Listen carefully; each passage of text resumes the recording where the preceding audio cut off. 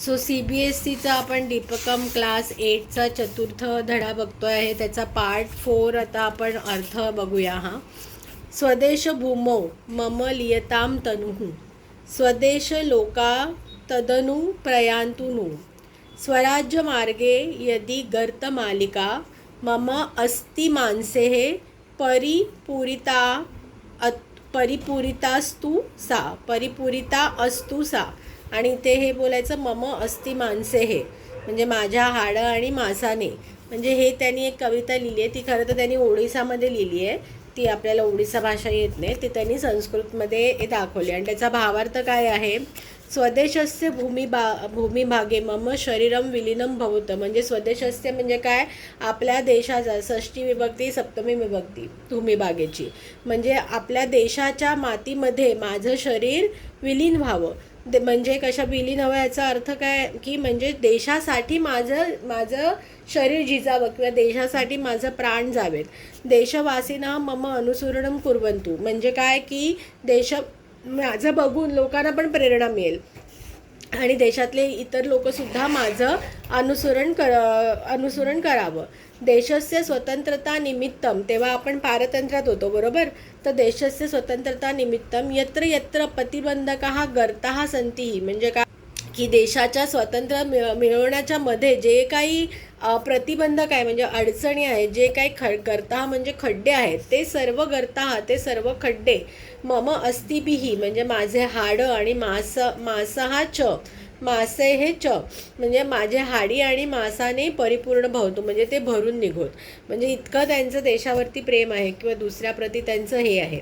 असौ सत्यवादी वनविद्यालयास्य म्हणजे अशा प्रकारे सत्यवादी वनविद्यालयाचे दरिद्र नारायण सेवा संघाचे म्हणजे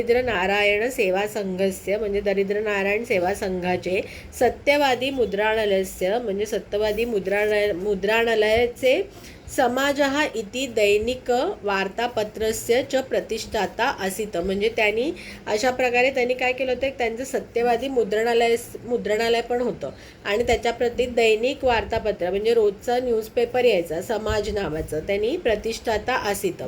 समाजः इति दिनपत्रिका शताधिक वर्षेभ्यः अधुना अपि ह्याच्यात काय संधी आहे? अधुना अपि प्रतिदिनं प्रकाश्यते.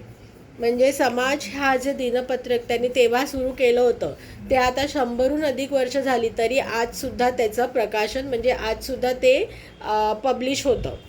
समाजसेवाये म्हणजे समाजसेवेमध्ये देशसेवाये च तस्य असीम त्यागम अनुभवन वैज्ञानिक आचार्य प्रफुल्लचंद्रराय म्हणजे त्यांचं जे आहे की देशसेवेमध्ये आणि समाजसेवेमध्ये त्यांची तळमळ, त्यांनी जो असीम त्याग केला ते बघून वैज्ञानिक आचार्य प्रफुल्लचंद्रराय म्हणजे काय की प्रोफेसर प्रफुल्लचंद्रराय होते जे शास्त्रज्ञ. त्यांनी गोपबंधूंना उत्कलमणी म्हणजे काय? ओडिसाची शान.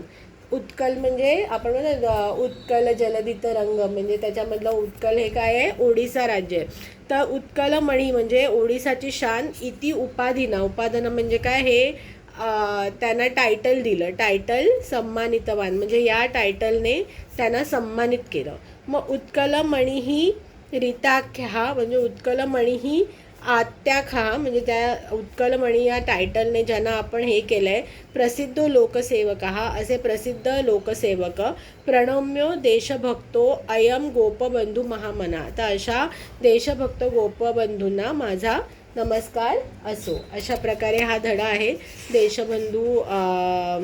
गोपबंधूंवरती. त्यांनी स्वातंत्र्याच्यामध्ये आणि समाजसेवेमध्ये कसं काम केलं हे कळायला. तर आपण आता ह्याचा पूर्ण धड्याचा पार्ट्समध्ये आपण सगळा अर्थ समजून घेतला आहे. कसं वाचायचं हे समजून घेतलं आहे. ठिकठिकाणी संधी काय आहे ते समजून घेतलं. कुठली विभक्ती आहे, षष्टी सप्तमी कसं वापरलं हे पण समजून घेतलं. तर अशा प्रकारे आपण हा धडा पूर्णपणे समजून घेतलेला आहे.